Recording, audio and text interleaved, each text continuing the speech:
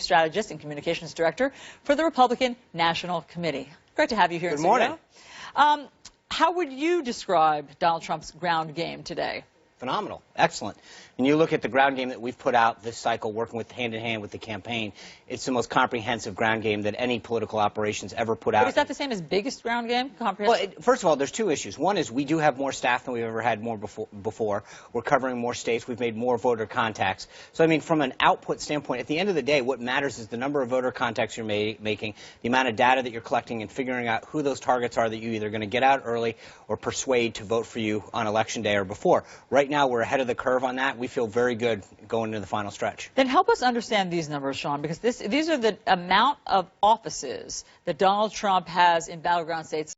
Hillary Clinton. So let me pull this up for everybody. In Ohio, he has half, less than half of hers, 16 to her 36. In Florida, he has 1, she has 34. In Pennsylvania, 2, she has 36. In North Carolina, 0. How is that comprehensive? Well, first of all, and I don't mean to be facetious when I say this, but offices don't vote.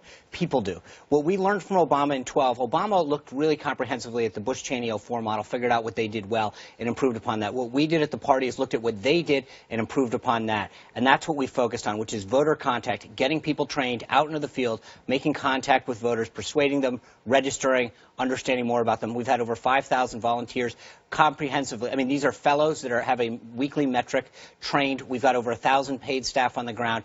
Each one of those people is going out, making sure that we understand every single voter that we need, where those turfs are, where people live, what's making them vote, what issues are important, who the key influences are they voting early, absentee. But again, we've got the most comprehensive ground game that we've ever had in the party, and I would dare say that any party's ever had, and the proof's going to be on Election Day. But offices don't vote. Remember, you can have 1 million people sitting in an office. What you want is a bunch of people out in the field, knocking on doors, talking to voters, making sure you understand what those issues are, what the concerns are that they have. Are they going to vote? Do they have an absentee ballot in their hand? Are they voting early? When are they going to vote? What are those key influencers that are going to help them decide that election?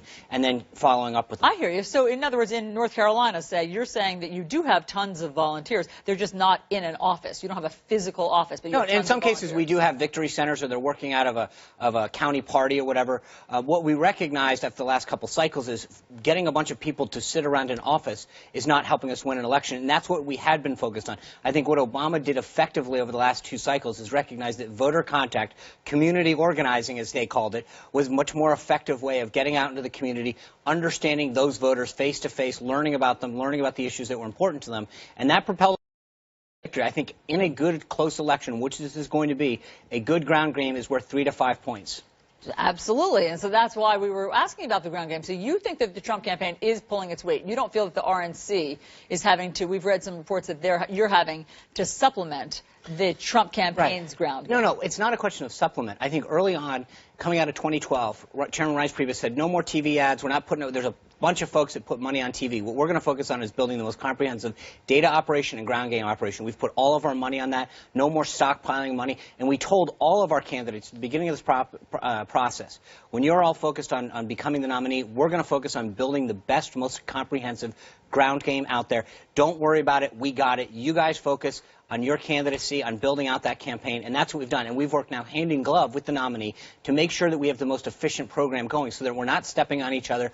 We've got people out there. They're putting out state directors and other key people in states that are helping to direct where we need those key people in different battleground states. But it is a hand in glove operation that is working absolutely seamlessly and effectively. It doesn't sound like you feel as though you're stretched too thin, though that was the worry when these 70 GOP office holders sent a letter to Reince Priebus last month where they worried that there wasn't basically going to be enough manpower and energy for the down ballot candidates. Let me read it to remind you and our viewers. Only the immediate shift of all available RNC resources to vulnerable Senate and House races will prevent the GOP from drowning with a Trump emblazoned anchor around its neck.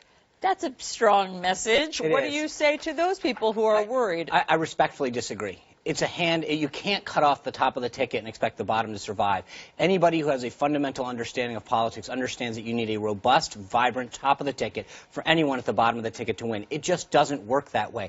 What they believe should happen is that somehow you should bifurcate the ticket.